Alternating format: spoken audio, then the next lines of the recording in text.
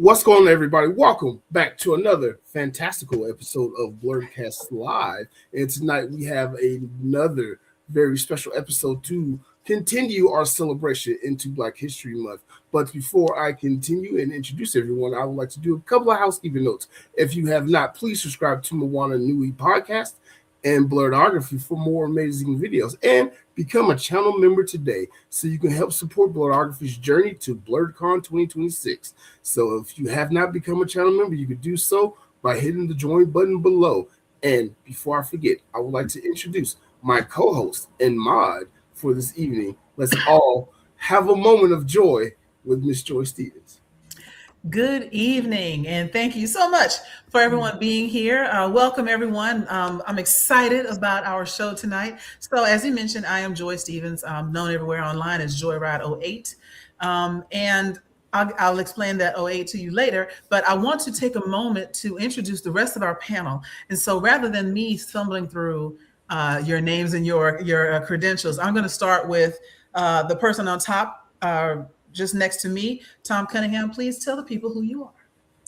Hello, everybody. My name is Tom Cunningham, and I am a proud graduate of Florida A&M University, and I pledged the Alpha Z chapter of Kappa Alpha Psi while I was on the yard there in the spring of 1989.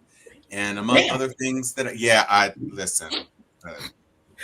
that's a T-Rex on my back. Among other things, I do a podcast with Joy, but I also produce digital events, and I just love commenting on nerd culture, pop culture, in film, television, comic books, all of that. Yeah, actually, Tom, you've been on our Moana Nui After Dark, What You Watching series before. I forget what we were reviewing at the time, but I remember you got into it with Dana or somebody. You was cutting up, which we love on all of our shows. I'm going to go around to CC, the MVP. Please introduce yourself. Thank you, Soro. I appreciate that. My name is Chana Lawson. Some people know me as CC, the MVP. I use she, her pronouns. I'm a proud graduate of the Bowie State University, the oldest HBCU in the state of Maryland. Graduated in 2009, and I also pledged Delta Sigma Theta at the Zealous Zeta Delta chapter on the campus of Bowie State University in spring 2008. I also attended graduate school at Howard University, where I studied sociology and history. And I think that covers it. And I'm the founder and CEO of the HBCU convention, also known as HBCU Con. Nice. And when is that happening? Oh, appreciate that. HBCU Geek Fest is happening Sunday, June 7th. You can see it at the bottom. And for tickets, you can go to our Instagram or our Facebook page at HBCU Con. I appreciate that. Love it. Love it. Love it. Okay. Hi, Gavin. And then next up, we have Isiah. Hello. Good evening. Is it on? I am Isiah Perry. I'm from the historic city of Selma, Alabama. I use this he, him pronouns. I went and graduated from the Alabama State University, 915 South Jackson Street, Montgomery, Alabama, 36104. I am a spring 2015 initiate of the Gangsta Beta chapter of Phi Beta Sigma Fraternity Incorporated. And I also am a proud HBCU marching band alumni as well. I marched with the Alabama State University Mighty Marching Hornets. So the price of glory will always, forever will be high.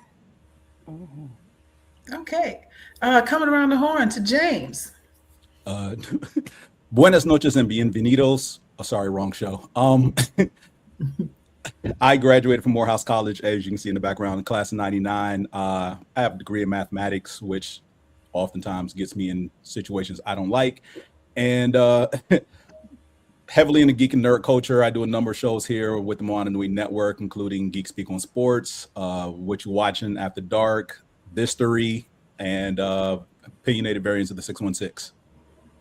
Okay, and I will introduce myself again because now that I've heard everybody else, I got to step my game up. So I am Joy Stevens. I am a alumna of the illustrious Spelman College. I graduated in 1996. Although I was class in 95, I did a 5-year program.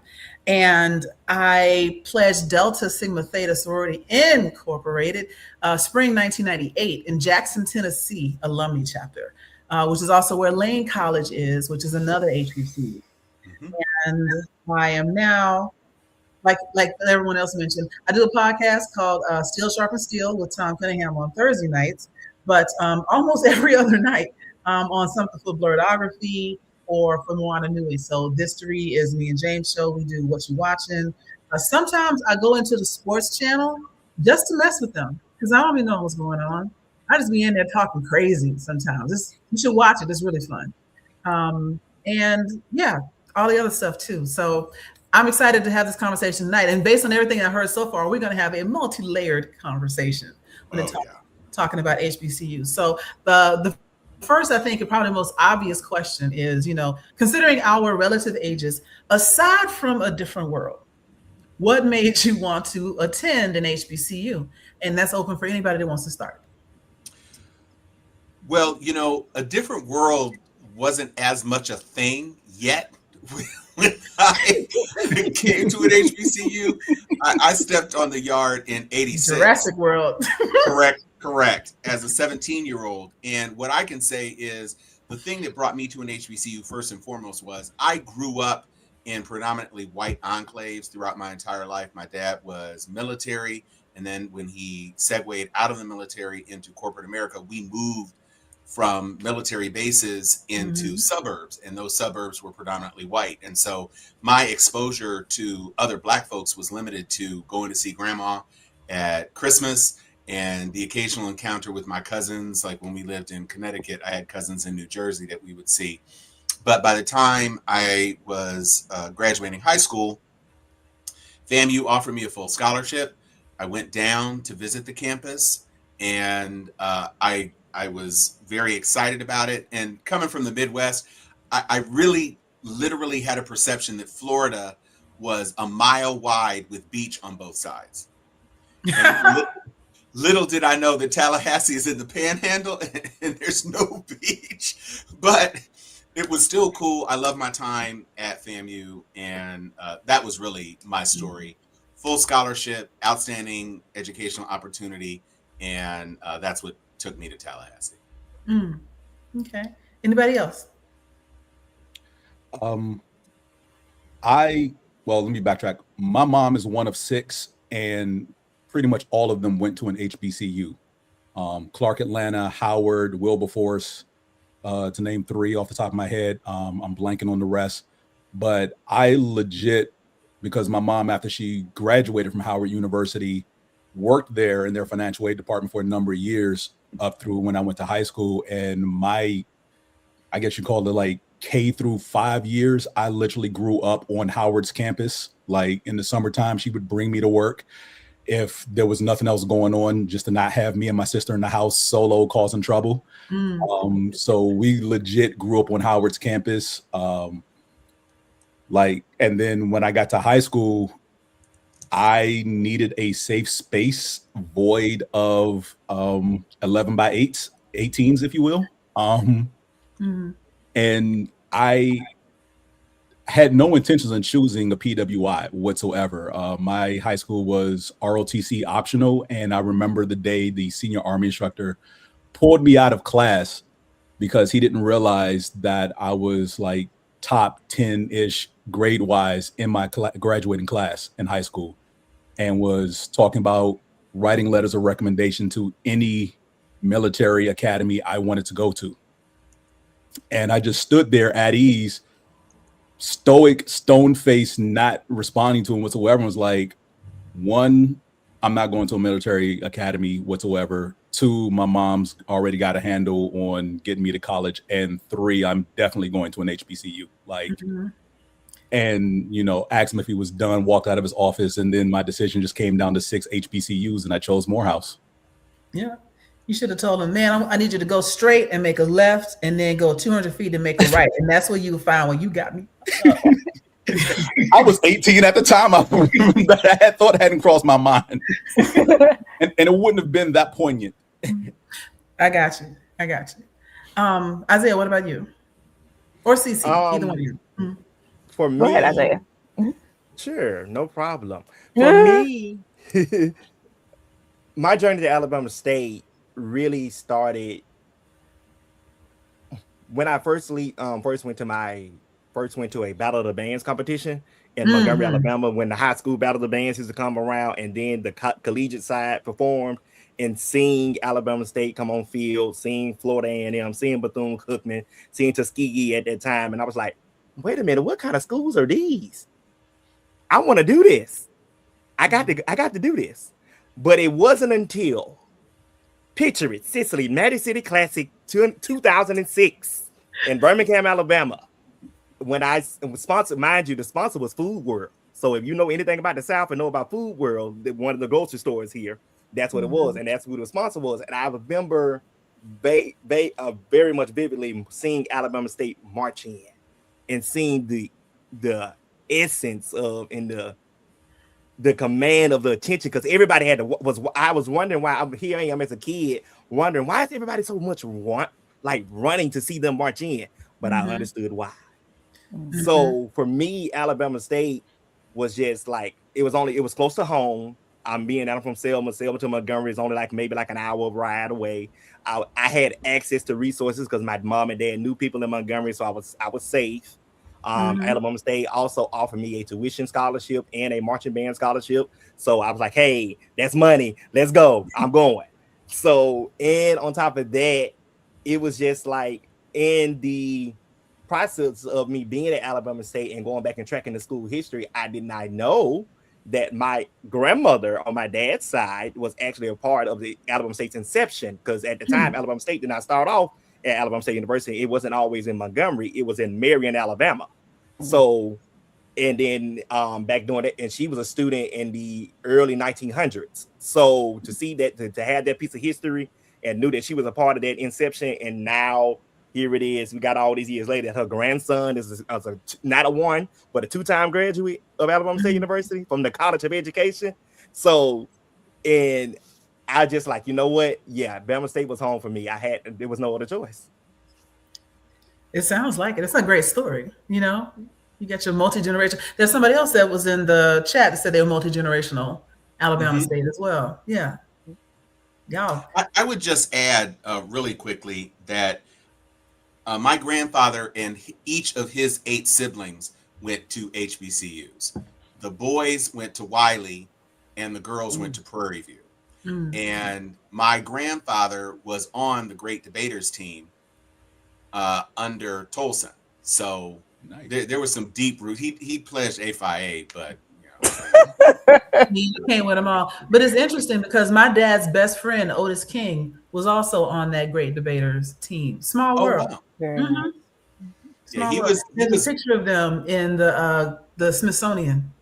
Yeah, he was on the team with Farmer and the other folks that were depicted in the film, and he's in the special, the little special additional things. There's a picture of him in there. So the HBCU stuff was running deep, and a lot of my mom's second cousins, so the children of her first cousins, were Morehouse Spelman. So we've got a lot of that history running through the family. Cece, I'm gonna give you a chance to answer, and then I have another question for all of y'all. Appreciate that. So my story is very much aligned with James in the sense that I pretty much grew up on an HBCU campus. My mom went to UDC. My dad went to Bowie State. His sister also went to Bowie State. She also pledged Zeta Delta Spring '83, and she also served as Miss Bowie State University from, I believe, 1984 to '85. So it was very much a part of my life for a long time, actually. The HBCU experience was probably the only college experience I knew. It wasn't until I was probably like 10 when I met my best friend. Her mom worked at the University of Maryland. So that's when I started to kind of see the juxtaposition between the PWI experience, particularly in Division I schools versus the HBCU experience. My father was a campus police officer at Bowie. So I pretty much would go with him to work, and they would call me Little Lawson because they always addressed each other by their last name. And he, as part of his job, he organized security for special events. So anytime there was a game, and he also would do detail assignments at Howard University as well. So he would do the security at the basketball games, and he will often take me with him. So I pretty much grew up, and I actually spent most of my early childhood living in what's known as the Petworth area of Washington, D.C., which is about 5 minutes up the street from Howard University. So it was kind of, pretty much what it was. My stepmom went to Grambling, and she got her master's at Virginia State. So it was just always around me. And at the same time, I was going to DC public schools, which was kind of like very much like a HBCU and how it was conducted at that time, especially when DC was considered Chocolate City. It was 80% Black. You saw Black historical figures all over the wall, not just during Black History Month, but throughout the year, like in the main hallways, you know what I mean? And kind of going from that to move into the suburbs, it was a lot of contrast. And I almost kind of went through like a little bit of an identity crisis, especially because of my ambiguous appearance. People didn't really know how to categorize me, but that's another story for another day. And essentially, when I was in high school, a lot of the Black teachers, they had a W.E.B. Du Bois Honor Society, and they really honed in on a lot of the teachers who were involved in that program, really honed in on HBCUs, primarily because W.E.B. Du Bois himself is a graduate of Fisk University. They were the ones who really pushed it. And honestly, Bowie was the only HBCU I applied for. And it was kind of disrespectful because I really did it as like, okay, I'm going to do it. If I don't get into all the others, because most of the schools I were applying for were like bigger, more competitive, more expensive, all that. And once I got the acceptance letter from Bowie, they offered me a full scholarship. They offered me an academic scholarship. And I had a conversation with my middle school history teacher, who's a Black lady named Miss Dobson, bless her heart. And she pretty much convinced me. She was like, take the money. Like, that was kind of like her argument. But that one decision that I made changed the course of my life, like forever, and to this day, every decision that I make is influenced by not just my HBCU experience, but by the experience of like folks like yourselves, right? And people in my family. And I also want to shout out my cousin, Andrea Newman, who's the current Miss Bowie State University. And she was elected early this year. She's also my soror as well from Zeta Delta. Very excited. Nice. Yes. It's a great time. Awesome. That actually brings me to my next question. I'm going to give you, so earlier I said, aside from a different world, what made you, want to go? I will say that absolutely influenced my decision in 1991 to go to Spelman. But I was very practical about what I wanted to do after high school because I needed to get away. That was the goal. Leave, get out where I needed to be. So I narrowed it down. I wanted to be somewhere in the South because I was comfortable in the South. I didn't want to go too far north because I didn't want snow in the cold. I needed to be somewhere far enough away where my parents couldn't get to me in a couple of hours. So they couldn't sneak up on me on the weekends and whatnot. But also I needed to be able at least to like drive home if I needed to. So Atlanta was looking real good. Atlanta. So I chose Atlanta first. Then I was like, what's in Atlanta? Well, Spelman is there and Clark. And so I was looking at both of them. And I heard a lot of people talk about scholarships. My mother was in the school system in Houston. And one of her really good friends who was a counselor, one of the other, I went to a really good school, but she was at one of the other magnet schools. And she said there was this program for women in science and engineering. And it was called WISE, Women in Science and Engineering, sponsored by NASA. So I got a full ride NASA scholarship to go into a science and an engineering. So you did 3 years at Spelman, 2 years at Georgia Tech. You got 2 degrees. So I got a chemistry degree and a chemical engineering degree, all on the government because NASA paid for everything. And it was the best decision of my life. But it really was, how can I get so far that my mom don't show up? That was my goal on the weekends. And typical sheltered child, I cut up my freshman year. And then I was like, oh, I can't lose this scholarship. Let me study and some stuff. But yeah, that was my story. And so I love the way we all came to it from different ways. It wasn't until I was in Spelman that I realized what an HBCU really was. And then retroactively realized that both my parents went to Texas Southern. It didn't dawn on me that Texas Southern University was an HBCU. It was just a college up the street. I really lived like a mile away from TSU. The church I went to growing up is like right off University of Houston's campus. And so that whole little area is like bougie Black Houston. And I'm a member of Delta Sigma Theta. I didn't pledge in college, but I did pledge grad. But when I was growing up, I was a member of of a program called Top Teens, which is kind of a forerunner to Del Teens, Delta Gems, what we have now. And what the Deltas did for me when I was an introverted, nerdy, bullied girl is one of the reasons I wanted to be a Delta, because I wanted to help somebody else in that same way. You know, meeting in one Delta Plaza, like my whole like middle school, and not making the connection that the Deltas own that building, right? So yeah, just clueless, just running through life clueless, but it all worked out, you know. But Cece, something you said around how that one decision changed your life. And I think about where I might be if I had gone to Prairie View or Texas Southern in Houston, or even Rice, because that was also something I was looking at, because Rice, I had the grades and everything to get into Rice, but it wouldn't have been full scholarship. But anyway, tell me, other people, how has that decision to go to an HBCU, or how has being a graduate or an alumni, how has that affected your adult life?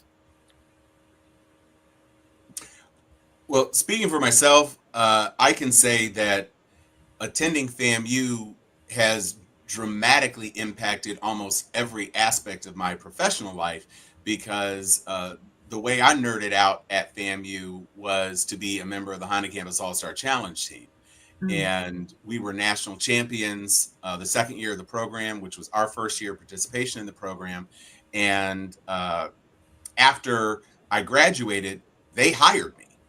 And I moved out to California on the strength of my performance and their perception that I would be a valuable participant in the company. And so I moved out to California because I attended an HBCU. And, you know, back in 86, 87, nerd culture had not yet turned into what it is now. And so, you know, cosplay for Black folks, I guess in particular, was not a thing. So I had a whole bunch of comic books at home.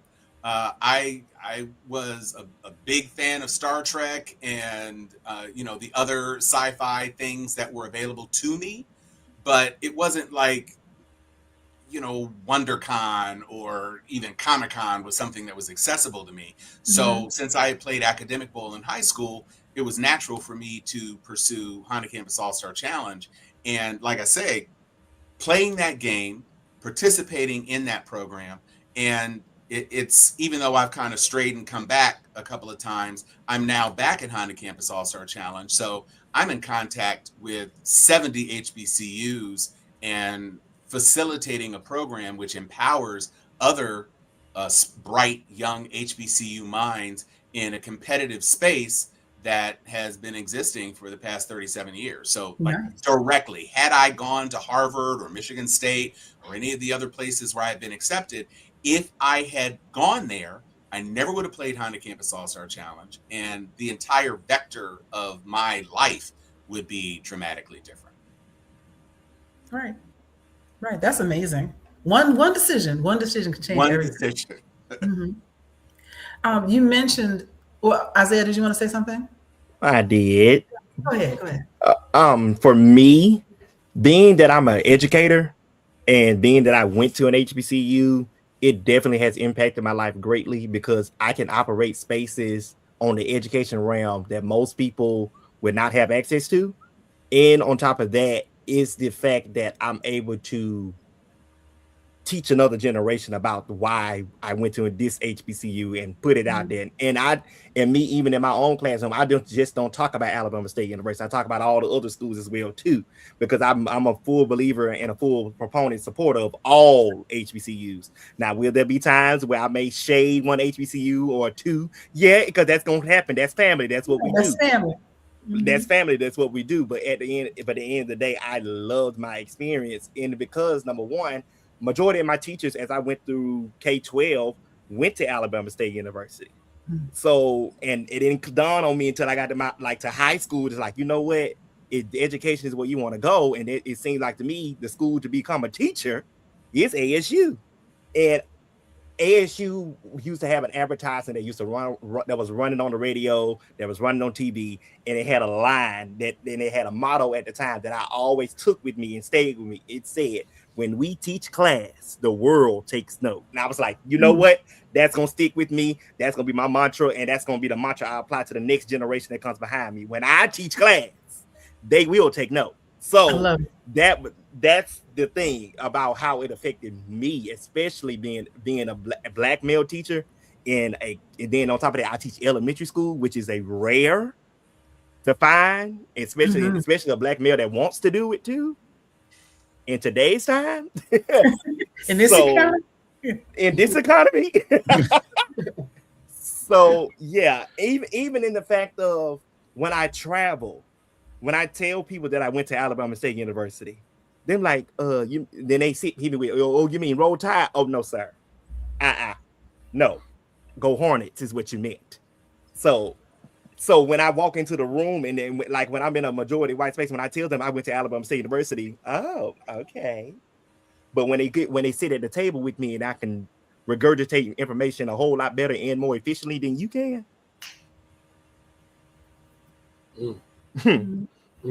When I know how to teach kids that look like me, and then turn around and teach kids that look like you, and wonder why they want to come to my class and get out of yours, that should tell you something.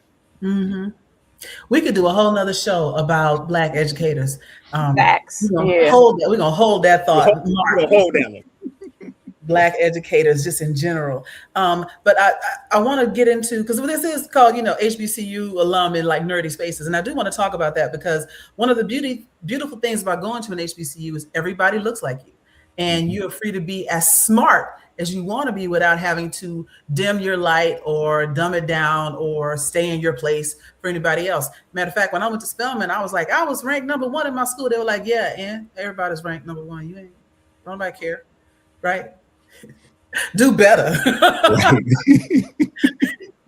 And it was a different type of challenge, right? But I didn't see a lot of people doing some of the like sci-fi stuff that I was doing. Like I hadn't found my sci-fi crew. As a matter of fact, I didn't find any of the girls at Spelman that were into nerd stuff. Like I was playing Sega Genesis at the time and Super Nintendo. And so I would have to go over to Morehouse to find the Morehouse nerd boys. And we would sit around, watching somebody play Super Mario Kart or what was the one?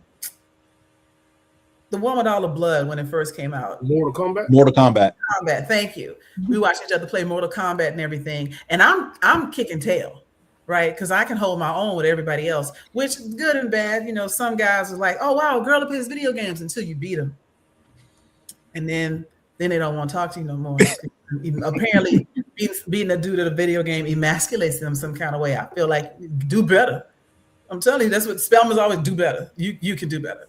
But I'm babbling too much. What I want to find out from all of y'all is how did you get into nerdy stuff? First of all, you can answer that question, and or how did you find your people like your other Black folks that were into it? How did you find your other blurs, if you will? I'll take this one first. Going to Morehouse, I went a semester early because I got into a summer program, Summer Science Academy. I am blanking on the name of the program now. McNair? It wasn't McNair. It was Math Science something. Okay. Was the name of it. McNair. We did interact with the McNair scholars that summer, though. And you go down there for a summer, roughly 6+ weeks ish. You take a math, a science, and a math. Math, science, and English class. For those 6 weeks. So it's kind of like, and if you did well, you got early college credit. Well, that program was just me and 11 other guys. And we interacted with the ladies at Spelman who were in their respective Summer Science Academy, McNair scholars, and PSP. Was it PSP? I think it was. And, so it wasn't like we were isolated from Spelman, but interacting with them, it felt good not being, like you said earlier, for me, it felt good not being the smartest person in the room anymore. Because I get bored easily and my attention span will wane and drift off like in someplace else. So 1, that was good. 2, meeting women that actually wanted to interact with me for the fact that I was intelligent, still am to some extent. And like you said, being in the sci-fi, I met women who loved The Outer Limits, who loved X-Files, who wanted to play video games, at least know more about them. They were into comic book characters. One of the things that a couple of women that I associated with my freshman year pretty much didn't want to hang out till after X-Men went off. Oh yeah, don't call me till X-Men is over. So, that was cool. And then, back in the olden days, for the young people who don't understand this, we would go to Blockbuster up the street from campus and find anime to rent, and was like, whose room are we hanging out in to watch this movie? So we watched Ninja Scroll, Wicked City, Vampire Hunter D, Fist of North Star, all these animated movies. Of course, Akira over and over and over again. I hate that movie now, but just to be in that environment where you're meeting people who are into the same things that you are, who want to talk about the same things, and not just okay, yeah, we're smart academically, but we're also into this whole sci-fi, nerdy, geeky stuff that otherwise would have ostracized us in high school to some extent, and have that interaction. So for me, it was more of a social awakening, if you will, to not just meet other Black folks, especially males who were interested in it, because in high school it's like, nah, you can't talk about this because the girls won't want to talk to you. And then get to college, not only is it just encouraging, it's just pretty much like, this is who I am, take it or leave it. Like, I'm going to be out and about and loud about, I love Star Trek or Star Wars or both. Cleopatra 2099 or, whatever else was on at the time, whatever. And I know I'm dating myself with some of these older shows, but these are the things that were on, Friday the 13th, the series and everything. It was like, whoever had a TV in their room, it was like you get paired up to try to watch the same things that each other liked and just hang out and do that. That is true. Like everybody was glued to the TV Thursday night, right? But then some of us would stay up watching Mystery Science Theater 3000 at like 11 o'clock at night or 1 o'clock in the morning. I forget when it came on Cartoon Network, but yeah, that was another one of those like just weird, stupid, nerdy things. It was like a moment of time. And it was one of those things like if people knew about it, then they were cool and they knew about it. But then if they didn't, no sweat if you didn't. But if you did, you had found your people, So for some of the younger folks on here that maybe didn't have to, dig their anime out of a rock, how did y'all? I'm sorry. I'm hollering. What is considered a rock is the question, though. Is it? I guess. Well, look, we'll put it like this. My nerd story kind of began much like the same my HBCU story. My parents were also nerds, just as much as they're HBCU alum. My mom actually named me after Shauna Treskelion from the original Star Trek series. And she was a big Trekkie. She was really big into the original series and also Captain Picard's, Starship Enterprise. I'm not sure which series that is. Yeah, Next Generation. So she was really into that. She was also really into X-Files, Stargate. She was just really into sci-fi and period pieces as well. My father is a Star Wars fan, and apparently when he was growing up, James Earl Jones was like that guy. Oh yeah. So like he really fell in love with Darth Vader, and pretty much a lot of like the characters that James Earl Jones did, growing up or whatever. So that was pretty much a lot of my early childhood. I kind of got into it more as like an academic nerd. Dinosaurs were actually my first love. So anything dinosaur related, I had all the Land Before Time VHS tapes. I like when Jurassic Park came out, that was my jam. I followed all the Jurassic Park movies.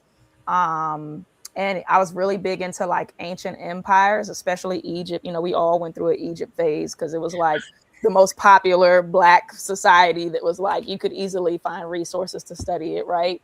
And then like I was really part of I'm an 80s baby, 90s kid. So like that's when a lot of the Saturday morning cartoons started coming around. X-Men was a really big influence on my life, of course, because of Storm. Like that was the first time I saw a Black woman like who was like really powerful and wise and just kind of like the person that all the other people on the show looked up to or looked towards for guidance, really. Even Professor X would like look towards her for guidance. And then in my like tween years, that's when Toonami hit. And, that was my formal introduction to anime, I would say, because prior to that, I was watching Speed Racer, I had seen Ronin Warriors, and I just didn't know it was anime, until after the fact. But I got acclimated to Toonami. Sailor Moon was was in the first part of that circuit. I think it was Sailor Moon, Dragon Ball Z. It might have been Gundam Wing, and one other show, and an American show. Look, I don't even remember the American show. But that like really changed my life. Sailor Moon was like my religion for a very long time. It kind of still is, Growing up, Jupiter was my girl, but I've grown to understand Mars a lot more. You know what I'm saying? Like, I understand why she was so short-tempered and just over it on a lot of things. But yeah, like that was essentially, I kind of ran the gauntlet. And now, with the Marvel Cinematic Universe, I remember when Blade first came out. So that was like, had a really big impact. And I'm really glad to see how Marvel as a cinematic universe has come to appreciate more of like the impact that Blade has had, not just for them, but like for DC and other films too. So anyway, that's my long end of the short of it, being the wet behind the ears one in the group chat.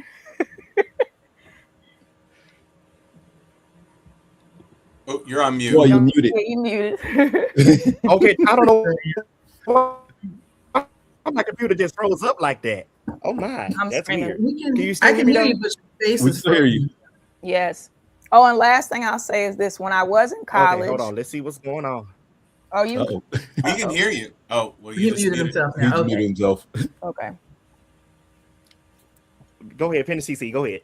Oh, I was just gonna say, last thing I'll say is when I was in college, day one, I found my nerd tribe. I guess I have the profile of a nerd. I've always had one, at least until I guess an adult. Now apparently I'm hot according to some, but whatever. There's another story for another day, right, Joy? So these guys pretty much picked me out of a lineup. They saw me moving in on campus. They were like, hey, you should come hang out with us sometime, stop by our room, because we were in the same dorm. It was a co-ed dorm, the honors dorm, as a matter of fact. And all the rooms were divided into suites. There were 5 rooms to each suite, 2 person per room, and they all shared a common bathroom, right? So they told me to come down to their suite, much against my better judgment. I did. Don't go to if you're in college, ladies, don't go to no random guy's room. I do not condone that. But when I went, I go in, and it was like a whole mini con in that space. Like, it was literally monitors everywhere. They're watching anime on one of them. Another monitor, they're playing Guitar Hero. Another monitor, they're playing Tekken.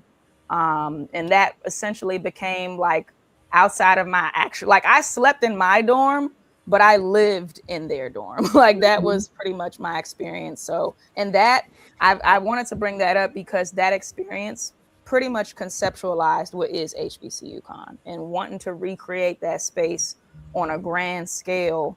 That was pretty much the spark that made it all kind of come together. So thank you. Yeah, I love that, trying to get back to the way that felt then. And because I think people even in the chat have mentioned, like, going to an HBCU, it feels like being at home. And homecoming also feels like a family reunion. Come on, homecoming. Yep. Yes, God, I'm ready. I am ready for our homecoming this year. We got Florida A&M this year, so I'm so happy. Oh yes. It's gonna be a time in Montgomery, Alabama. I am excited. That hasn't gone so well for y'all. I don't care nothing about it going well. We just have a time when y'all come to the city. Oh, Not a winning time, but that's okay. You worry about the game. We worry about the vibes. And the vibe Right. is always the vibe. So, I mean, I'm a person who goes back to homecoming every year. So, that's a thing. Ever since, I think, 2018, I've been going back every year. And I had been, seasonally back in the day. You all have been dropping all of these anime series.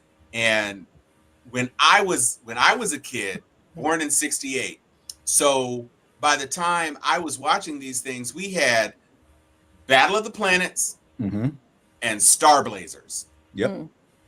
We also had Ultraman, but that wasn't anime, that was live action. And we had Giant Robot.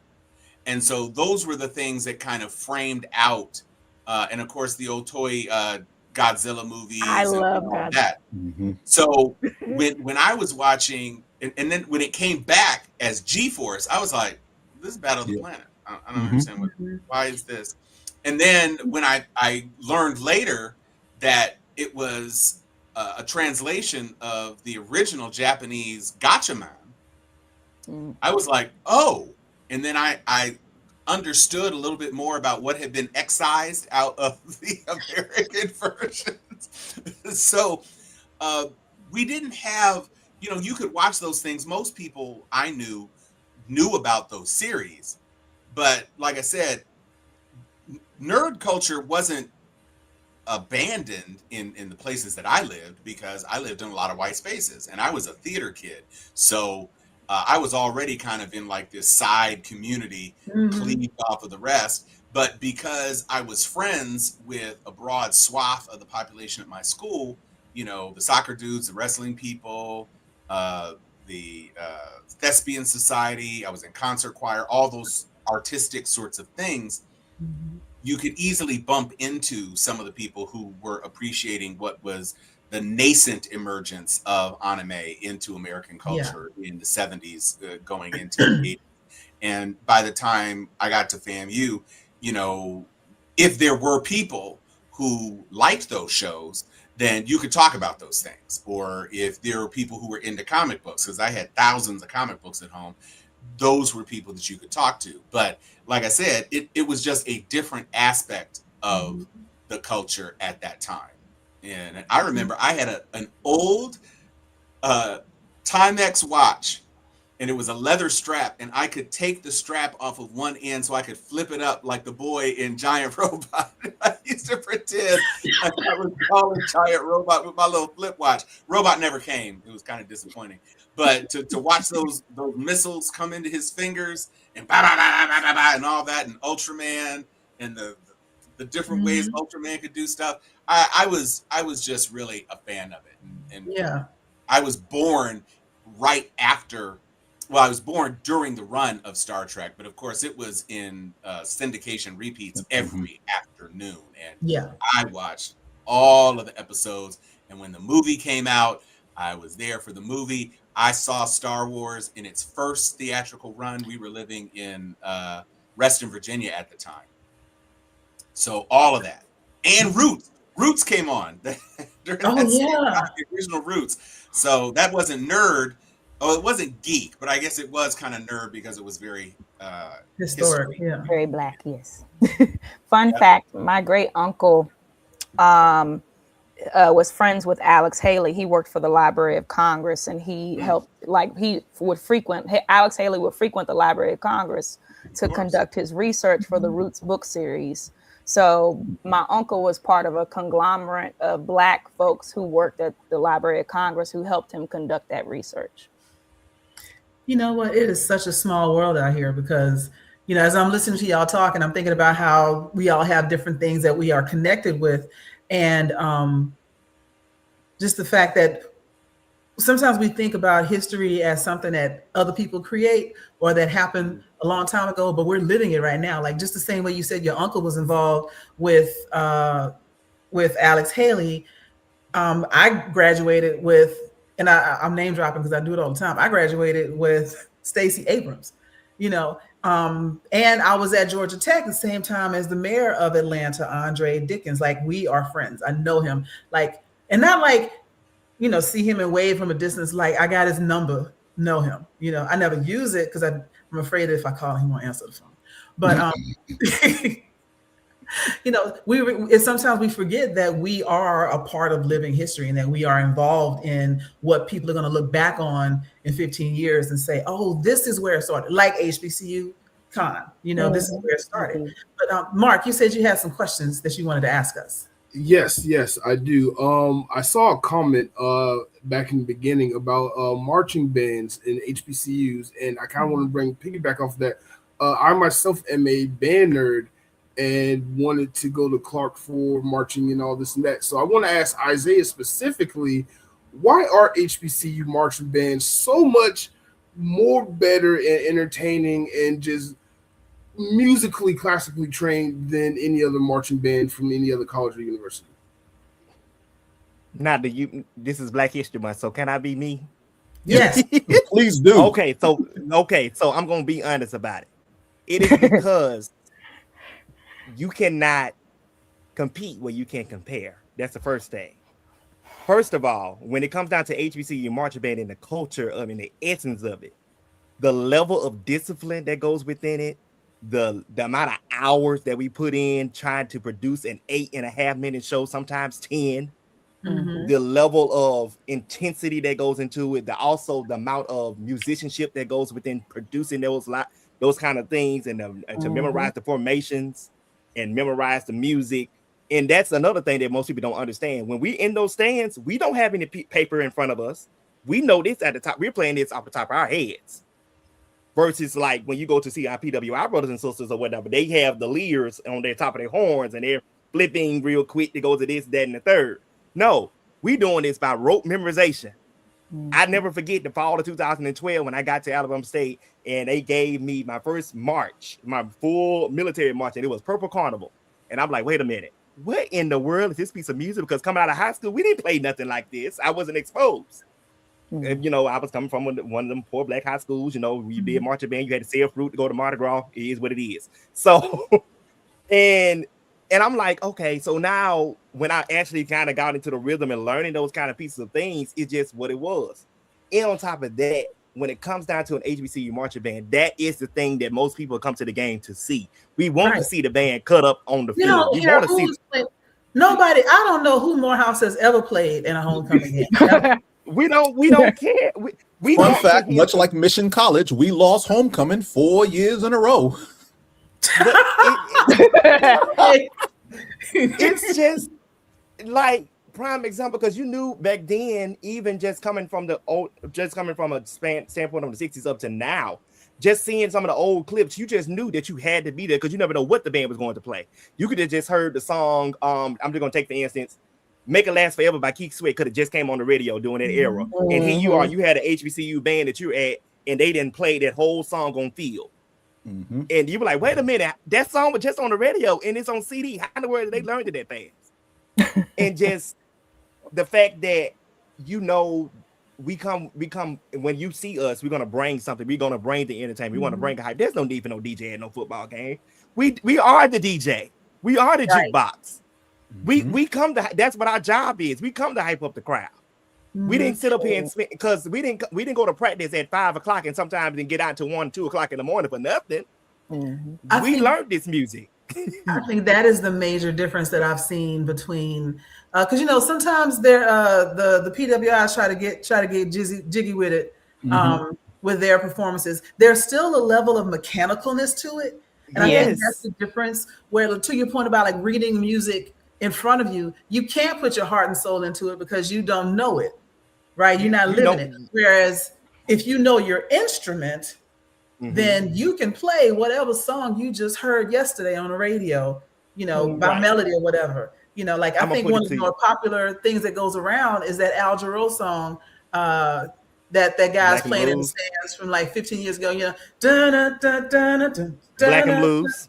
Yes, Black and Blues. I think identifying the band as an attraction instead of a distraction is the difference. People are coming to see the band perform at an HBCU, whereas the band is just something to do until the football team comes back out at a PWI. It's also go ahead. I was just going to say there's also a level of like essence and soul that just can't be replicated, regardless of how much you get the mechanics right. You could practice till it hurt. You know what I'm saying? But it's just it's almost like when people say, like, you can copy the recipe, but it's still not going to taste the same. You know what I mean? Like, it's just not the same.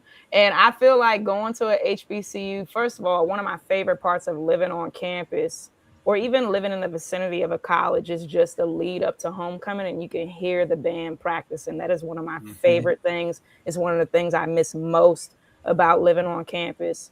And I even liken like the HBCU performances versus PWI marching bands to like Greek life, you know what I mean? And the step shows and the party walks, and how you see like a lot of predominantly white fraternities and sororities will try to emulate it. but it still don't hit the same. You know what I mean? Can't blame the alpha. And it can't. still don't You hit want the rhythm. same. You want the rhythm, but don't want our blues. I'm gonna leave that with you. Yeah, fact, talk about it, and that's why I won't hit the same. You know, because It won't hit the same. It's different than, you know, appreciation hits different from appropriation always. You know? Oh, Yes. Mhm. And I think to your point, Mark, one of the things that was special about being at FAMU in the 80s with the Marching 100 is that, you know, first of all, in the first Super Bowl, Grambling was one of the 2 marching bands that was featured during halftime. And then Florida A&M accompanied Prince in his Super Bowl appearance. And because we happened to be the invitee of the French government to perform during their bicentennial, you know, all of those sorts of things kind of stepped up the prominence and increased the profile of HBCU bands from something that was very internally focused to our own HBCU families into something that was appreciated on the world stage. And to that extent, that's what Joy was talking about when you see some of these other PWIs trying to emulate. And one of the things that is most interesting to me is like KK Psi now. KK Psi at an HBCU was like a D10 organization. yes. KK Psi and Tau Beta Sigma and the marching band too. And Isiah can speak to this. The Marching 100 was a frat. Some people also pledged a D9 organization. More people in the band pledged a band frat than pledged a D9 organization. But there were some who did both. So one of my pro fights was the drum major in the band. But the thing about an HBCU band that definitely is set apart, at homecoming, you will see people. They're not in their uniforms anymore. They probably don't fit so well. But they will be on the sidelines, especially the sousaphones. Those sousaphones are on the sidelines and they are performing with those younger band members because it is family, and homecoming is about family more than anything. And so, you know, even though we are at different institutions, you know, we're in the SWAC now. We were in the MEAC when I was in school, but we're in the SWAC now. You should have been here the whole time. Yeah. So that sort of rivalry especially extends to the bands, because Isiah does have it right. There are a couple of programs that are less storied. I mean, FAMU has had a pretty strong run on the athletic side, but the Marching 100 stands as its own thing. Its own thing. Yeah, they are not, like I said, they are, it's not like just some add-on to sports. They are their own entity, you know? Yeah. It's like even when you go ahead. Real quick. The first time I noticed, like outside of Howard and going, you know, up there to watch their band at their games, the Southern Classic used to come on TV every single year between Grambling and Southern. And my mom, that was like appointment television for her. It was like, all right, the game should be almost near halftime. Turn to because I want to see the bands battle. Like you, and yeah, we watched the Southern Classic strictly for. We didn't care who won between Grambling and Southern. That was for their alumni. Yeah. Members of other HBCUs who turned into that game were only watching for the halftime show. And if you probably look back at the data, the ratings spiked for that. That moment for halftime, and then probably went back down to whatever it was for the game, because again, the game is for the alumni. But you know, that for me, that's where like, okay, these are bands, and like you said, there was no sheet music in front of them. They're playing from memorization. You know, the formations, everything was like all up here. I'm like, all these other PWI, like Michigan don't do this, Florida don't do this, Alabama don't do this, Ohio State don't do, like, oh, this is different. So they're definitely trying. They're trying. Now they're trying. Yes, for the last 2 decades, they've stepped it up and tried, because they've had a couple of moments go viral every now and then on the internet, to which we'll be in the comments talking about they got that from this HBCU, they got that from this HBCU, and then lo and behold, you find out that whoever's directing their band is an HBCU alum. Right. That's why I say I blame the alphas. And I blame the alphas. I say it again, because the moment I watched Bring It On, which is about a PWI high school stealing moves from inner city black okay. high school. Mhm. And then the first cheer that they stole was "Burr, it's cold in here." Yes. What alpha has been teaching them this? I know you did. And then when I'm not saying all the time, but when I tend to see a little bit with other sororities, fraternities that are focused on marginalized communities, but sometimes even the PWI white fraternities and everything, it always seems like they done stole the alpha train from somebody. Wow. They do love a good train, don't they? Yes, they do it a lot. And I was like, I blame the alphas. They weren't gatekeeping enough. They gave all their stuff away. Wow. And now you got all these random letters out here. I feel like it was just the easiest thing. You know what I mean? It is like, easy. Quote unquote, no shade to the alphas, because I know y'all be training, you know what I mean? But like, if you Aggie about it, like it's just like a little two-step. Yeah, it's a little two-step. Emphasis on the one. Right. Yeah. Right. And there's levels to it and everything. But I want to touch on just really quickly, like appropriation versus appreciation that you mentioned a moment ago, CC the MVP.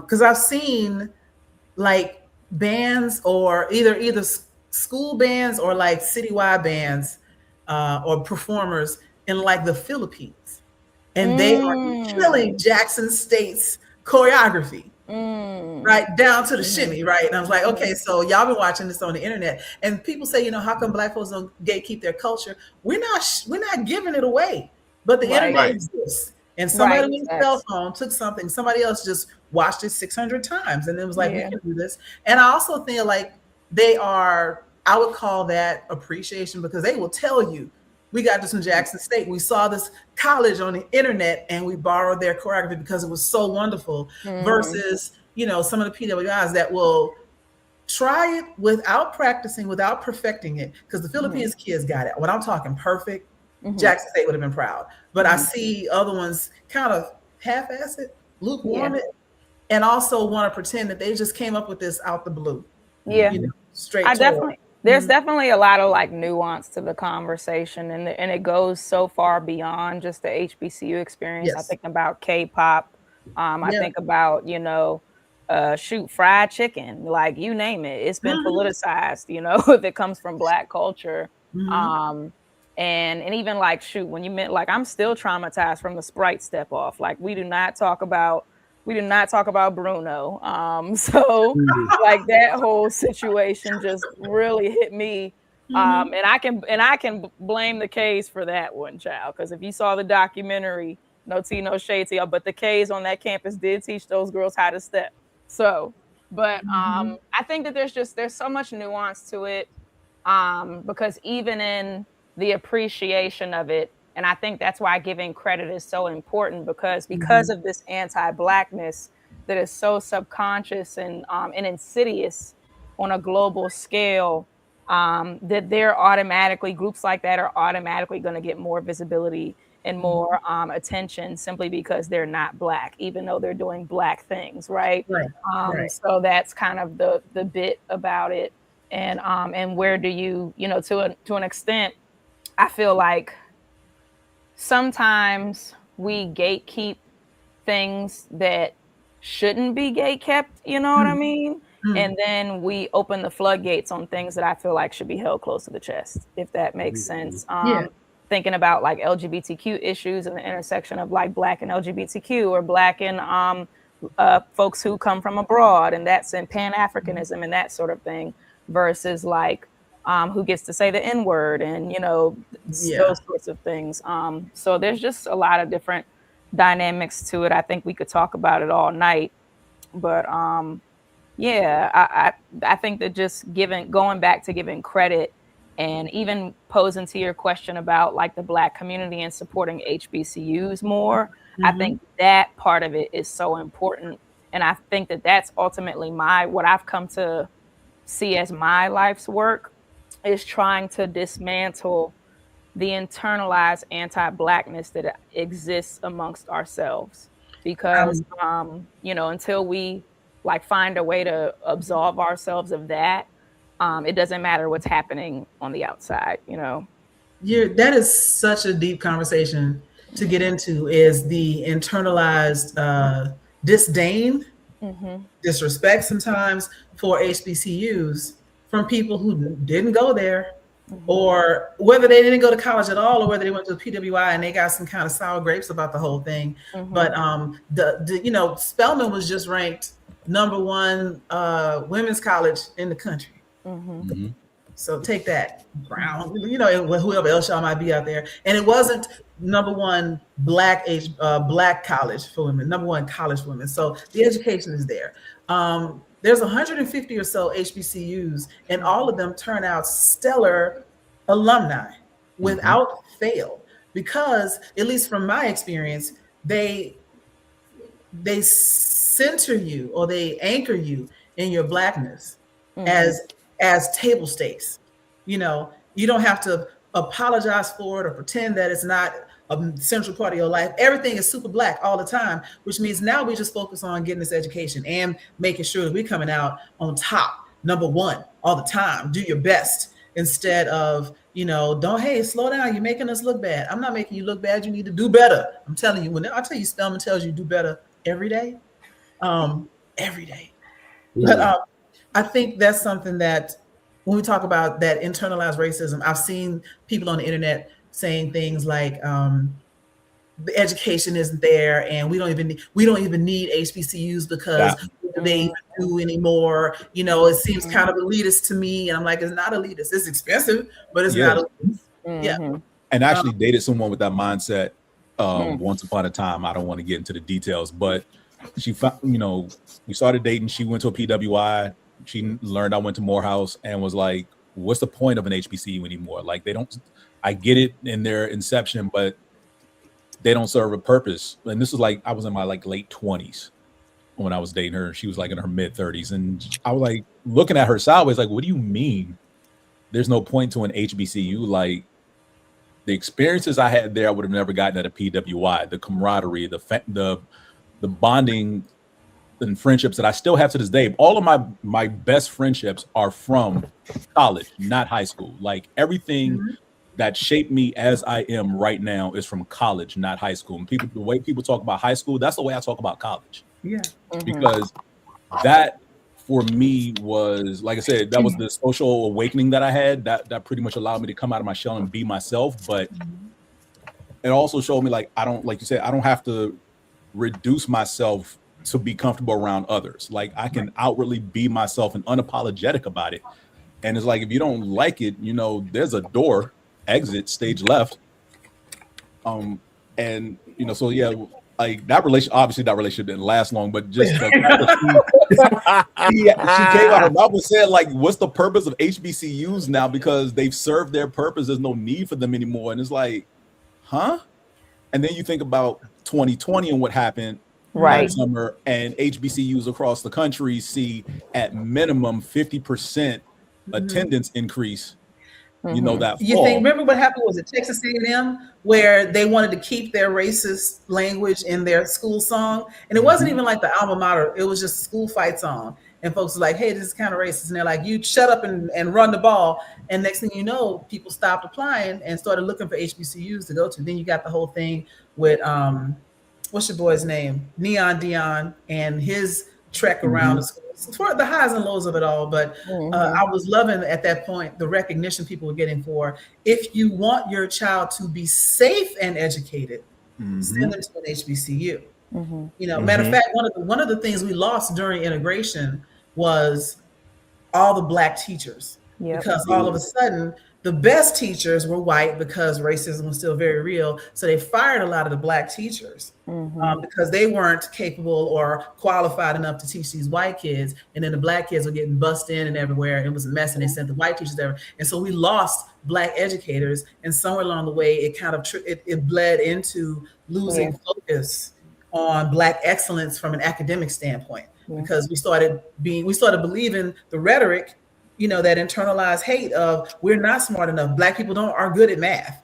I'm a whole ass engineer, right? Tell me Black people aren't good at math. What's wrong with you? But they also gutted public education after Brown versus Board of Education. And then a lot of the white people who could afford it basically opened private academies, and they sent their students there and their teachers there, you know. So of course, It was the we're the equivalent first of hired, last hired, first fired. So when they was making those cuts, a lot of Black teachers got cut.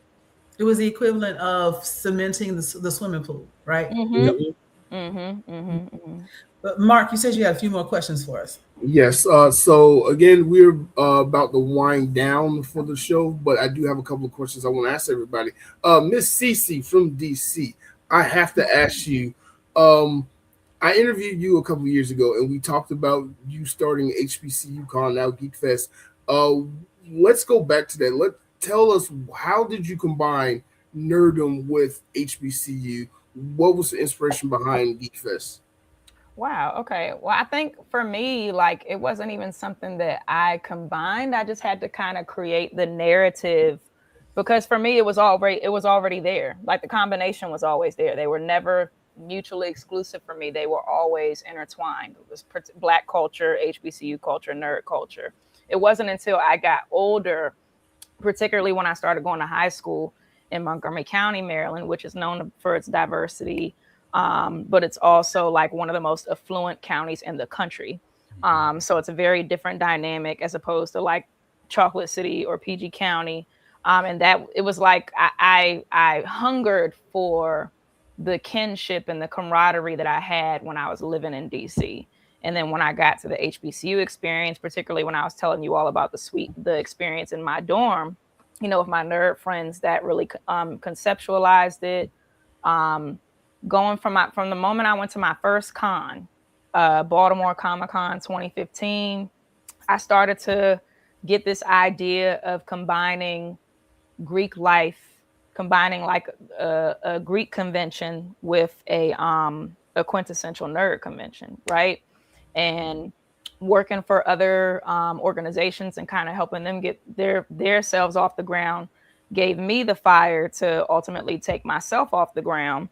And the one thing I wanted to hone in on when I thought about creating the organization is like, when's the last time I felt like I was completely accepted for all of who I was, not just the nerdy aspect, but, you know, the leftist or political Black freedom fighter liberationist aspect, you know, me, my womanhood and all those different things. And I thought about that experience, and I just wanted to take it and recreate it on a grand scale, while also like encompassing what it means to go to a HBCU and really that homecoming experience, like you all had mentioned earlier.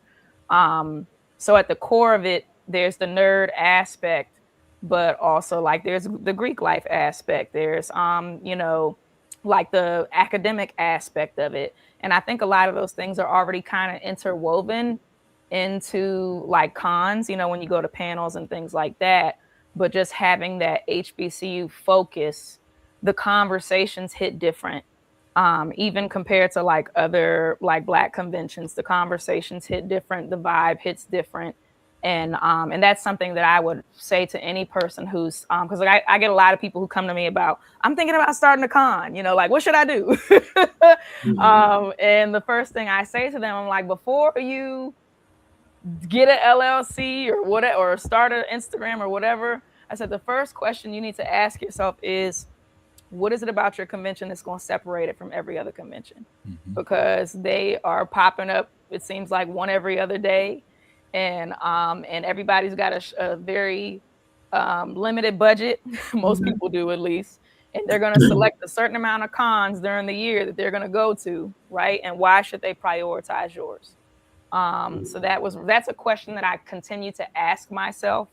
And I think not like the purpose of it has always been there for me. It's always been locked in for a long time, but just finding a way to articulate that and market it to the world in a way where I can make it sustainable while retaining the integrity of my values and why I started it in the first place. So I know that was a very long answer, but I'm very passionate about it. So I thank you all for listening. Yeah, it's interesting. As I was listening to you talk about, you know, why you started and the feeling that you want, I had this idea that this would be so cool if you got like all the former band members to like do like a, I don't know, presentation, whatever, at the con, and instead of like just old band music, they're doing like anime theme songs. That would be hot. I'm here for it. Yeah. No, I'm here for it. And I really that's why I'm really like so big on it, because I want folks like yourselves, and even if you didn't go to a HBCU, I really want this to kind of be a homecoming experience that we can all call our own. And I really want folks to like take ownership of it in a way where like, I'm not going to, expect you to help pay the bills, so to speak, but I want you to like really feel like you can come through, be yourself, and know that you will be celebrated and that you will add value to the space and the space will add value to you. And to your point about, even if you didn't go to HBCU, every time I go to homecoming, there's other people there that didn't go to Morehouse or Spelman or Clark or whatever. And when I've been to other people's homecoming, nobody asked me what year did I graduate, what dorm was I in. They're just like, hey, you want to play? Because you, at that one time in my life, whenever I go back, my skin color is my entrance. Like you look like you went here. Nobody's checking ID at the door. Just if you want to be here, you want to be a part of this, then you're welcome to come and be a part of this. And I think your Geek Fest is the same. Like whether you went to an HBCU or not, if you want to be here and you want to be a part of this, then come on through. Yeah. Yep. Just don't be acting up when you. Yeah, don't be acting funny. Don't be weird. But for whatever that means now. But I agree. And like I've been to A&T homecomings, I've been to other HBCUs, and it's very much the same vibe. So that's kind of like essentially what we want to what we strive to recreate. All right, Mark, what else you got for us? So as like you mentioned, I am someone who didn't go to HBCU. I went to I wouldn't even call it a PWI. I went to a strictly for-profit institution.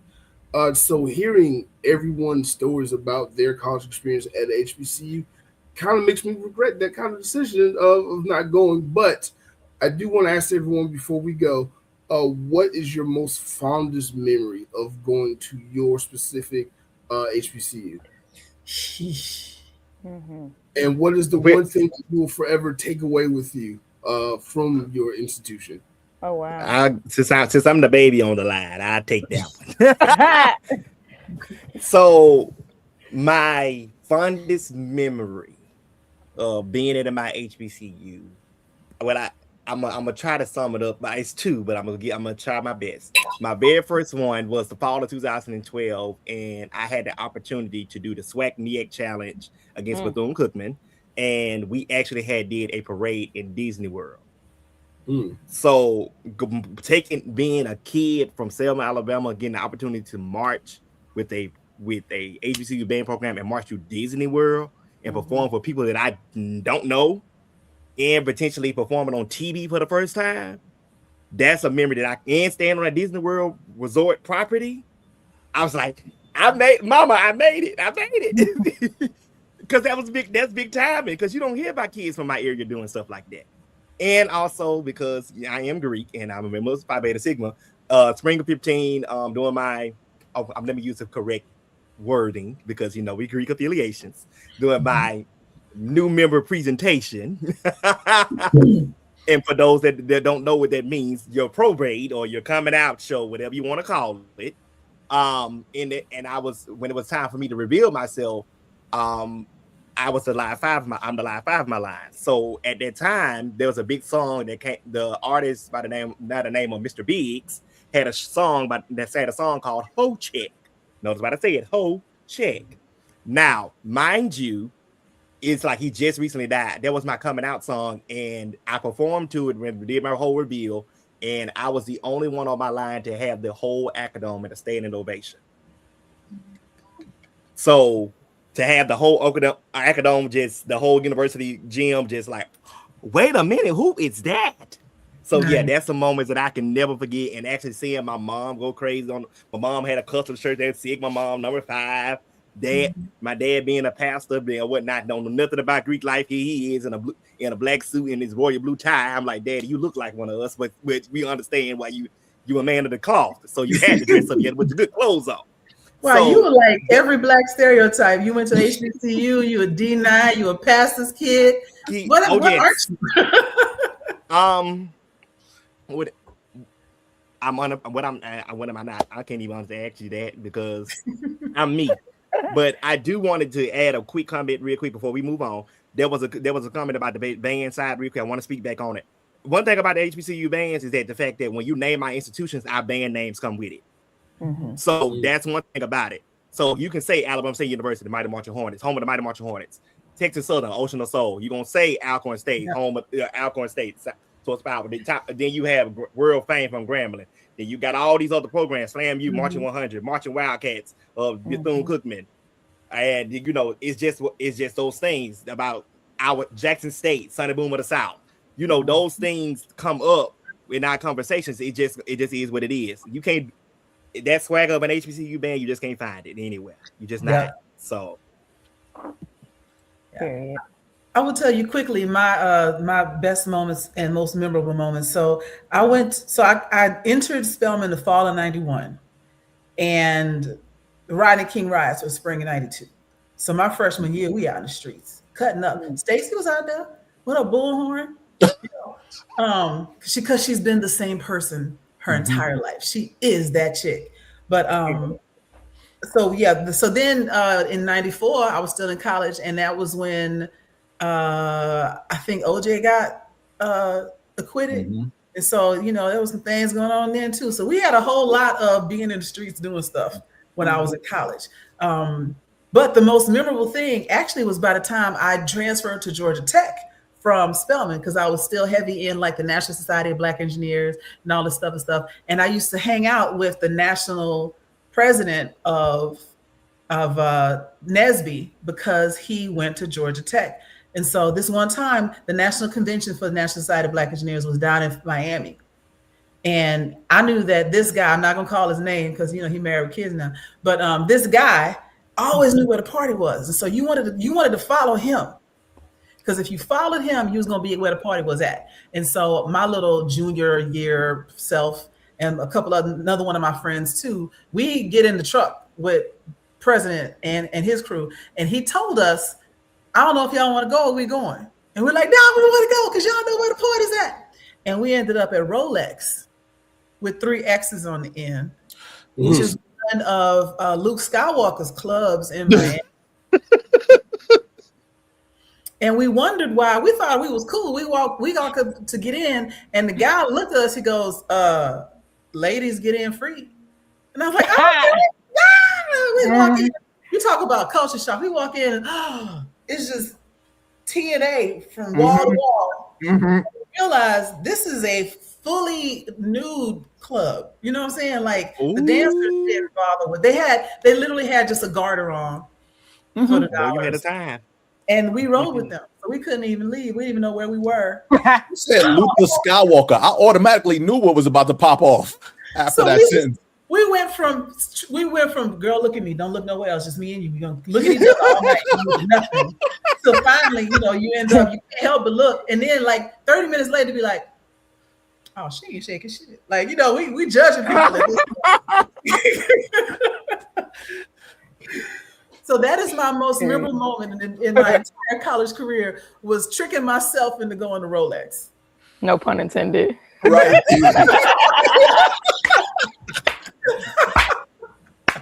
I'm sorry. I had the time last night. I promise I'll be brief. Perfect. I promise I'll be brief in my story. 2 thumbs up, CC. 2 thumbs up. I love that. Oh, you're welcome. So I was really torn between my stories, because alternative spring break, which humble brag, I started it at Bowie. That was actually one of my biggest experiences at my HBCU. But I have to top it. But Joy, you actually made me realize this, or remember this, that I was on Bowie State's campus the year President Barack Obama won his first election. So that was a night to remember. That was probably like the single best, like if I had to boil it down to a single moment in time, that was the moment. I was riding in my car going down Maryland 197, which is the road that Bowie's on. It's very dark in a certain part. So I was going down, and it was literally called on the radio as I was driving. So I'm like tripping as I'm driving in the car by myself, you know, like I'm geeking. I'm like, and I pulled up to the campus, and there's a promenade where like a lot of the dorms kind of align along the promenade. And when I parked, I'm going back to my dorm, and literally all along the promenade, people were just out dancing, partying. People were blasting "My President is Black" out the window. It was just a really magical moment. So to be on an HBCU campus, you know, like living on campus when the first Black president was elected, that was a moment for me, definitely.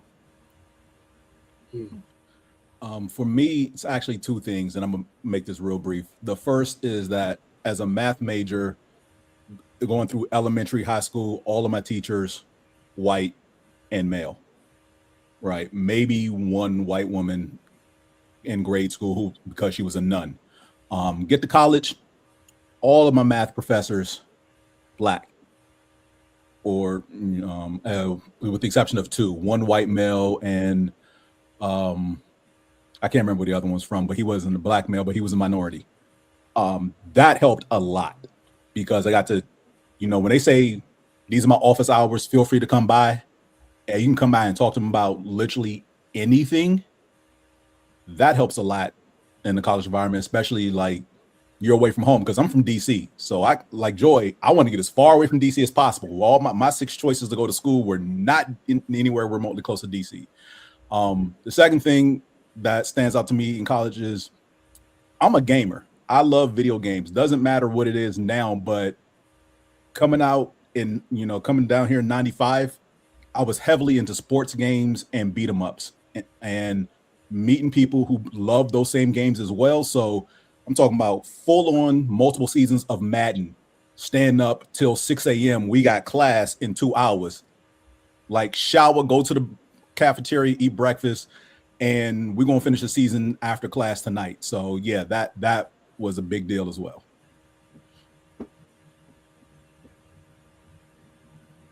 Okay. What else you got for us, Mark? That's pretty much it. That's I'm sorry. Tom. So it's hard to pick because, frankly, from my emergence onto the yard through my graduation, where my university president literally grabbed me and hugged me on stage. I was one of 3 people he did that to. It was kind of like a series of successive moments that were all pretty incredible. But I will highlight a couple of things. One, because I was pledging above ground in the above ground system, when we crossed and had our probate, it was in Jake Gaither Gym with like 3,500 people. And they didn't know it, but we had already crossed. And so we had our just red shirts on. And in the middle of our routine, we ripped off our shirts and it had symbols underneath it. And the crowd went nuts. Then I would say I had an article published in Nesby magazine as a journalism major about my, it was a research project on changing trends in Black media perceptions in film, which was published by Nesby, which was pretty good. I hosted the FAMU Today program in my senior year. And then I won $50,000 from my institution on BET for the Honda Campus All-Star Challenge. So, and that was before I got elected to Grand Chapter office in my fraternity as an undergrad. So my HBCU experience was lit, as the young kids say. I had a stone cold groove almost the entire time. So, you know, if anybody had a more better HBCU experience across, about the only thing I didn't do was get to be in the flag corps in the 100, so I could wear a 100 jersey. That was the only thing I did not do on campus. I was willing to carry that thing because I wanted to wear a 100. I wanted to wear a 100 shirt, and I could not. But that's why I go back to homecoming every year, because I loved being an HBCU student. Mm-hmm.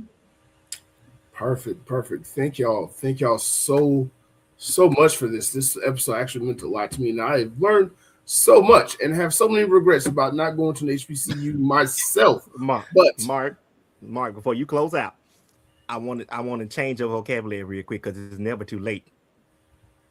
It's never too late.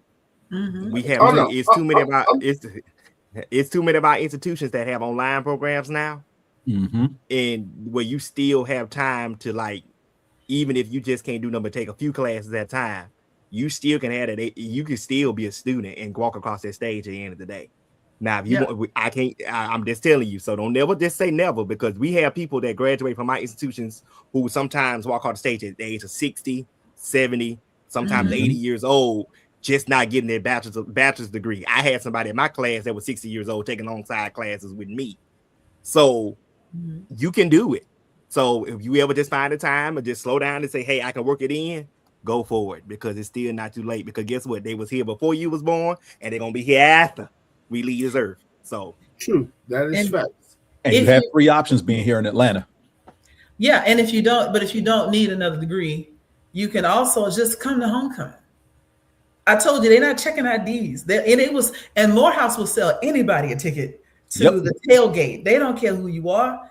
It's the same price. Get you a ticket to the tailgate, get your little wristband, and then it's like it's a vendor's fair through there. There's all kind of food and merch and stuff, and you can stop by different tents and hear different music and just be partying with folks. It is like all of the family reunions in one. Like all the little, you can go by the Delta's table, you can go by the Class of 95's table, all this kind of stuff, and get some ribs from everybody, and ain't nobody gonna say nothing, because as long as you act like you belong there, they're not gonna question you about it. Just show up with James and roll with him. Yeah, it's helpful to have a docent to take you through homecoming. So FAMU homecoming is October 24th. So if you decide you're gonna come to FAMU homecoming, I'm gonna be there, and so you can look me up, and I'll make sure you have a blast. All right, I might take you up on that. But again, thank you all so much for coming on. Before we go, just tell everybody where they can find you on the internet if they want to follow you. I'll start off in the corner here. So I am Joy Stevens. You can find me online on Instagram and Threads at Joyride08. And if you want some inspirational life coaching, you can check out my YouTube channel, Moment of Joy. I'm also on the I keep doing it. I'm on the Blerdography podcast, as well as the Moana Nui podcast on most nights. So just check me out. You can follow me at Tom is Talking on the things, but I'm not like a super duper poster there. I do post a fair amount on Facebook, and of course, each and every week, most weeks, not this week, but most weeks, Steel Sharpen Steel on Facebook and YouTube. That's Steel Sharpen Steel with the steel background, not the knife sharpening people, and not the white people. Steel Sharpen Steel. It's a square logo. Wow. CC. Yes. So you can find me personally on all platforms at CC the MVP. Well, at least I'm primarily on Instagram and Facebook, but I also TikTok a little bit because that's what the kids are doing now. And same with HBCUCon at HBCUCon on all platforms. I also was remiss in the website at hbcucon.org. So make sure you check that out. You can also purchase tickets through our Instagram page, our Facebook page. We got a Facebook event for it. So yeah, thanks you guys. Really happy to be part of this conversation. And thank you all for doing this. This is really cool. Isiah. Yeah, amen. And there it is. You can find me on Instagram and Threads at _Agent Meep. That's agent.m.e.e.p. It's a long story behind I got the Instagram name. I'm not getting into it tonight because we're about to get ready to go to bed because some of us got to go to work in the morning. Someone's got to go to work in 20 minutes. Oh, exactly. Prime example. Boom. But yeah, you can find me on Instagram. And also, hey, if you just so happen to see me at your nearest con, hey, come and say hi. I'm going to be the guy with the fan teaching the line dances and things. So... So in the next con I will be at, so if you at BlerdCon, come see me. Hey, how you doing? Hey, cousin. I'll be at BlerdCon. Yeah, I'm gonna check you out. Hey, come on, cousin. Hey. All right, you can find me on Facebook under my name, James Herndon, IG and Threads at Miles Simmons. You normally find me at the Moana Nui Network, first Thursday every month with the opinionated variants of 616, second Wednesday every month, Geek Speak on Sports. last Tuesday every month with Joy, Distery, random Wednesday during the month, what you watching after dark, Key after dark. We do get a little unhinged in there. And yeah, background here on this show every Monday. All right, and again, I am Mark.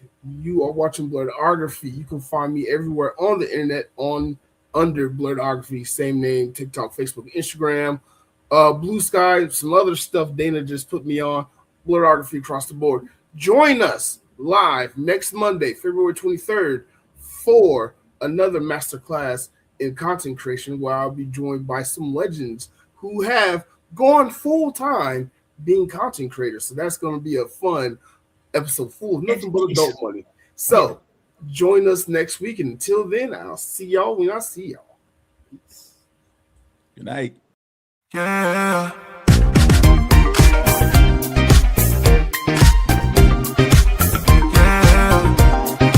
Be somebody tonight, yeah. Love it how you move it, how you wind it up. We can jump into it, we can line it up. We can stay slow with you, me. We can stay slow with you, me. Yeah.